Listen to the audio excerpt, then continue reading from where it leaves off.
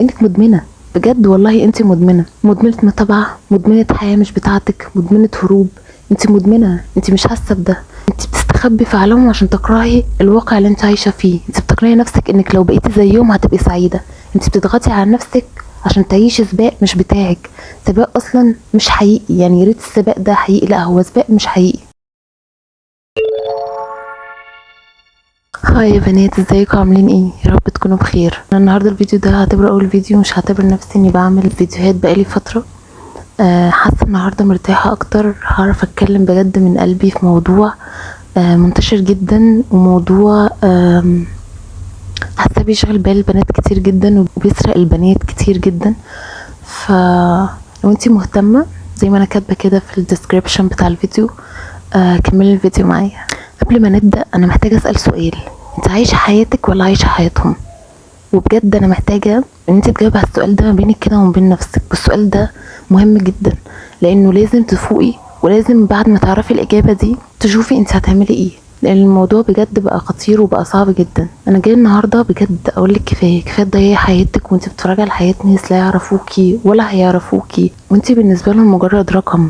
انت لازم بجد تفوقي، لازم تعرفي انه كل ده بيحطك في دوامة انت مش هتقدري عليها، دوامة انت مش هتعرفي انك تصدي عليها بعد كده زي ما بيقولوا قدام. انا بجد جاي النهارده صحيكي من وهم كبير اسمه متابعة المشاهير. مش هقولك بقى اقفلي التليفون، ولا هقولك انعزلي العالم، ولا هقولك تفتحي عينيكي وتفهمي انك بتعملي ايه في نفسك. لا، انا جاي اقولك حاجات اكبر من كده بكتير هتفوقك بجد من اللي انت فيه. انا جاي اقولك على كارثة حقيقية انت حاطة نفسك فيها، ان انت بتتفرجي على فيلم مش حقيقي وبتقارني نفسك طول الوقت بيه. صلي على النبي كده معايا وتعالي نتكلم واحده واحده. انت كل يوم بتفتحي السوشيال ميديا، صح. بتتفرجي على مين بقى؟ على المشاهير اللي حياتهم طول الوقت بقى ايه؟ هتلاقيهم كلها ذهب والماظ وبيلبسوا اغلى البراندات، وجسمهم اللي هو بيرفكت وان مفيش زيه، واللي بيسافروا بلاد يمكن انت مش عارفه توصلي لها، او اول مره تسمعي عنها في الخريطه، اللي بيحكوا 24 ساعه وبيصدروا للعالم ان حياتهم وردي. وبجد حقيقي مفيش حد حياته كده، كل واحد عنده مشاكله، كل واحد عنده حاجه في حياته منغص عليه حياته. مفيش حد حياته وردي زي ما هم مصدرينها كده. انت بقى بيحصل فيك ايه؟ تقعدي بقى تبصي عليهم وتبصي على حياتك وتحسي انك ولا حاجه، تقعدي بقى طول الوقت تحسي ان في حاجه ناقصاكي، انك مش جميله كفايه. مثلا لو انت متجوزه، جوزك مش حنين عليكي كفايه، ولادك مش كيوت، مش هادين زي ما بتشوفيهم كده وجمال والكلام ده. مع ان صح انه عادي الولد او البنت او الاطفال عموما عادي ان هم ياخدوا راحتهم ويتجننوا ويروحوا ويجوا، ده الطبيعي. مش طبيعي ان هم يبقوا قاعدين زي كانهم قاعدين في فاترينا والناس عماله تصور فيهم، ده مش طبيعي ابدا. المصيبه بقى مش انك بتتفرجي، لا، المصيبه الحقيقيه انك بتصدقي كل ده. المشكله انك نسيتي ان الصوره دي مش كامله، وان وراها تعب وخسائر ومشاكل هم نفسهم مخبيينها عنك. انت بتشوفي بس الجزء اللي هم عايزينك تشوفيه. بتشوفي بقى الفستان الغالي، مش بتشوفي اللي باعت نفسها مثلا عشان تشتريه. بتشوفي الابتسامه، مش بتشوفي الدموع اللي بتنزل لما الكاميرا مثلا بتقفل.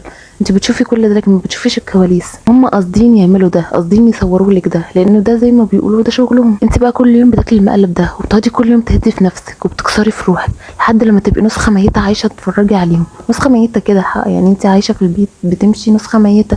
انت روح وجسد وكل حاجه، بس انت مفيكيش حياه. حتى انت لو مش حاسه ده دلوقتي، انت هتحسيه قدام، هتحسيه في معامله اولادك ليكي او معامله جوزك ليكي. مثلا الناس اللي حواليكي بيحسوا ده حتى لو انت مش حاسه ده. انت فاكره ان انت كده يعني ايه بتضيعي وقت وخلاص؟ لا يا حبيبتي، انت بتضيعي عمر، بتضيعي طاقتك، بتضيعي تركيزك، ثقتك في نفسك بتضيع، وبتضيعي حياتك على الناس مش عارفين انت مين اصلا.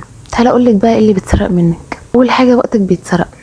كل دقيقه انت بتسكرولي فيها على صفحتهم دي دقيقه من حياتك ضاعت على الفاضي. اجمعيهم كده هتلاقي شهور من عمرك طارت بدون فايده. تخيلي لو رجعوا كان زمانك اتعلمتي مثلا لغه جديده، اتعلمتي حرفه جديده نفسك فيها، عملتي مشروع كان نفسك فيه، قضيتي وقتك مع ناس بيحبوك. مش لازم تعملي اي حاجه خالص، انت ممكن تقعدي مع ناس بيحبوكي، دي بالدنيا وما فيها. تاني حاجه طاقتك بتضيع هدر. كل مره بتقعدي تتفرجي عليهم فيها بتنزفي من طاقتك، بتصحي من النوم متضايقه بدون سبب، بتحسي انك تعبانه ومش طايقه تعملي حاجه، بتبقي زهقانه مش قادره تكملي ولا حتى عايزه تشتغلي على حلمك.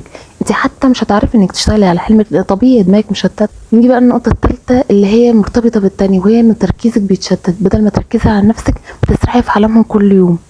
بتقعدي بقى تسالي نفسك ازاي ابقى زيهم، بدل ما تسألي نفسك ازاي ابقى انا، او اعمل ايه عشان اوصل اللي هم فيه، او مثلا محتاجة 1 2 في حياتي ارتبه عشان اوصل اللي هم فيه. لا، انت بتسألي نفسك على طول ازاي ابقى زيهم وخلاص، يعني مش مشكلة بقى يعني اي حاجة تانية.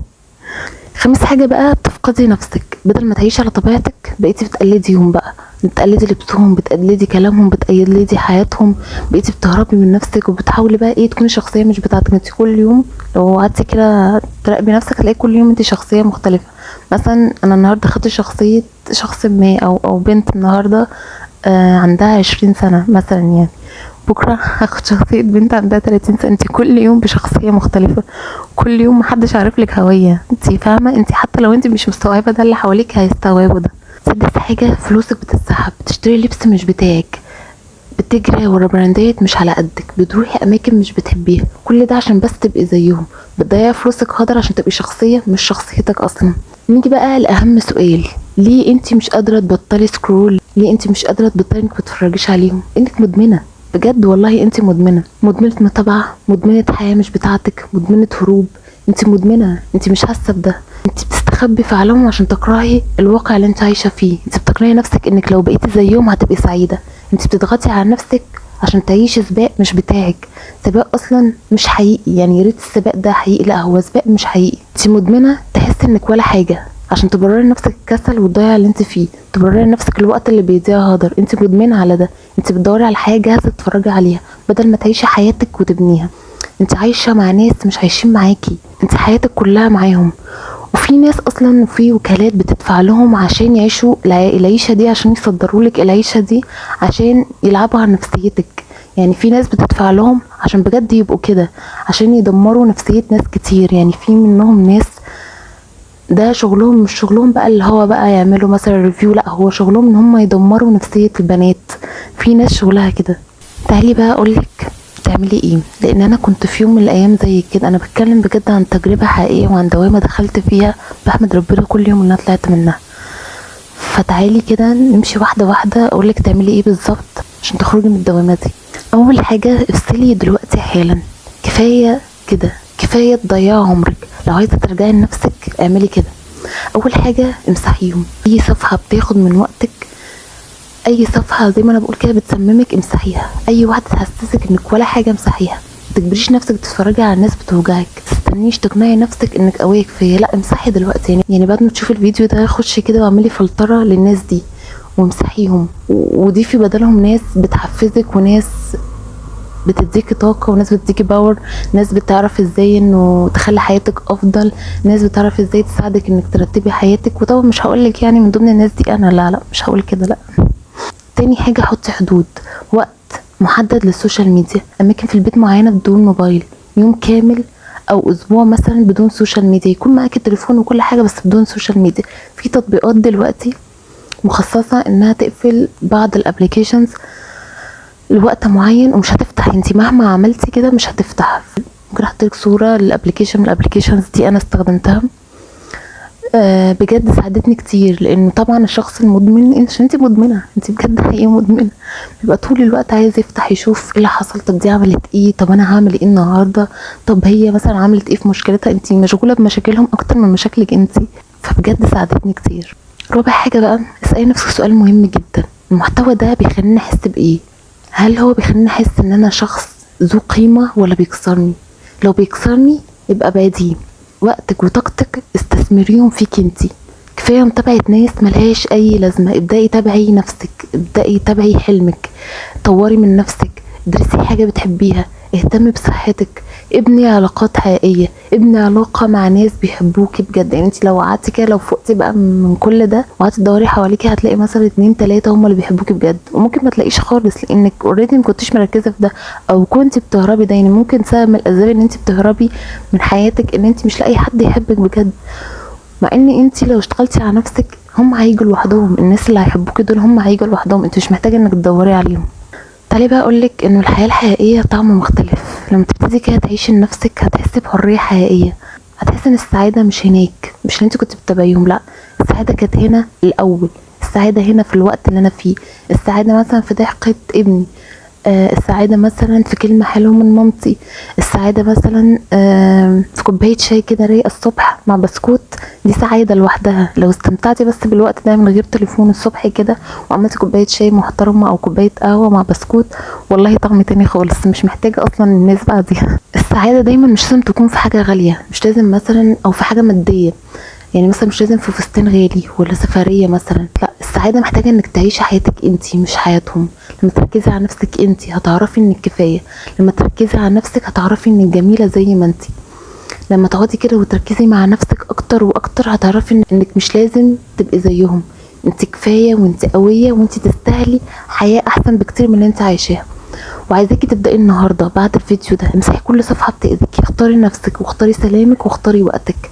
ما تستنيش تبقي جاهزة، ما تستنيش تبقي قوية، ما تستنيش انك تبقي حاجة واو، انت كده زي ما انت كفاية. ابدأي دلوقتي وخليكي مستمرة، وانا معاكي وهستناكي الفيديو الجاي تقولي لي عملتي ايه. وبجد كنت مبسوطة جدا معاكم النهاردة، وبجد الموضوع ده كان مهم وكان لازم اتكلم فيه، لانه حاسة الناس كتير قوي مننا واحنا كبنات، وخصوصا البنات اللي هي بقى لسه في سن المراهقة، الموضوع ده واخدهم وشاغلهم جدا وعايشين في حياة مش بتاعتهم. اتمنى انه الوباء ده ينتهي، واتمنى بجد انه يكون الكلام اللي طلع من قلبي ده يكون فاتكم، لان بجد انا الموضوع ده عشته وقلت انقله زي ما هو كده واتكلم من قلبي معاكم، لانه بجد الموضوع هيأثر في نفسيتكم جدا لما تبدأوا تغيروا.